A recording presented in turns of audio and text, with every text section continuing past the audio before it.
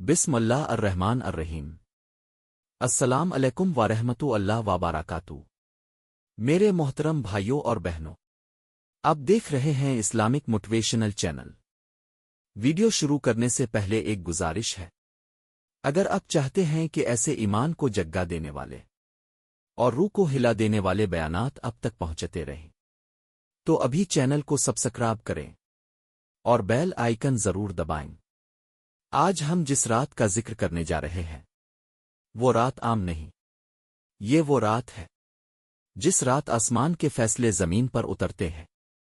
یہ ہے شب برات۔ شب برات کیا ہے؟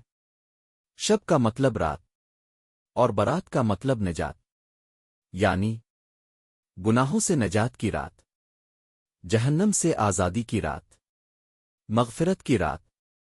مگر سوال یہ ہے، کیا ہر کوئی اس رات نجات پا لیتا ہے؟ نہیں۔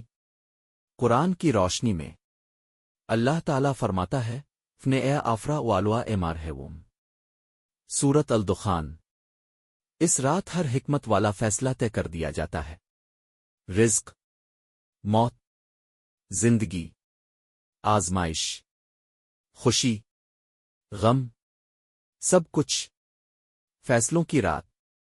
ذرا تصور کرو، اس رات کسی ماں کے بیٹے کا نام زندہ لوگوں کی فہرست سے کاٹ دیا جاتا ہے، کسی باپ کی سانسوں کی گنتی پوری ہو جاتی ہے، کسی نوجوان کی قبر تیار ہو چکی ہوتی ہے، مگر وہ ہنسی مذاق میں مصروف ہوتا ہے۔ اللہ کی خاص رحمت۔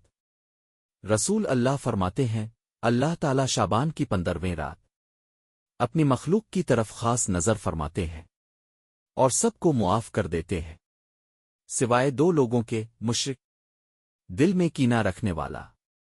سوچو، کہیں ہم انہی میں تو شامل نہیں؟ رونے کی رات۔ یہ رات ہنسنے کی نہیں، یہ رات رونے کی ہے۔ یہ رات سجدوں میں گرنے کی ہے۔ یہ رات ہاتھ پھیلانے کی ہے۔ یہ رات گڑ گڑانے کی ہے، کیونکہ کل پتہ نہیں ہم ہوں یا نہ ہوں۔ محرومی کا خوف کتنا بڑا نقصان ہے کہ معافی بانٹی جا رہی ہو اور ہم محروم رہ جائیں، فرشتے لکھ رہے ہوں اور ہمارا نام کاٹ دیا جائے۔ نجات کا راستہ۔